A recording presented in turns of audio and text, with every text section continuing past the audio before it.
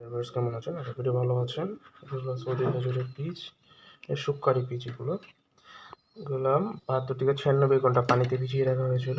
পরপর ৩ থেকে ৪ বার পানি চেঞ্জ করে দেওয়া হয়েছে প্রতি ২৪ ঘন্টা অন্তর অন্তর। এখন এগুলা বাক্সে, এটা আবদ্ধ বায়ুরোধক বক্স আর কি, বক্সে কাগজ অথবা টিস্যু পেপার দিয়ে বা কাপড় দিয়ে রেখে দেওয়া হবে ভিজিয়ে রেখে দেওয়া হবে। কিন্তু ততদিন পর্যন্ত ভিজিয়ে রাখা হবে যতদিন পর্যন্ত না নতুন অঙ্কুর দেয় আর কি। অঙ্কুর দেওয়ার পরেই এগুলো রোপণ করা হবে আর কি। এখন এখানে ভালো করে ভিজানোর জন্য উপরে পানি দেওয়া হচ্ছে। পানি দিয়ে, আর যদি পানি দিয়ে শুকিয়ে যায় তো পানি স্প্রে করতে হবে, প্রতিদিন চেক দিতে হবে আর কি। তো এই আর কি, প্রতিটি ভিডিও আমার চ্যানেলে আপডেট পাবেন ইনশাআল্লাহ। চ্যানেলটা সাবস্ক্রাইব করে দিবেন।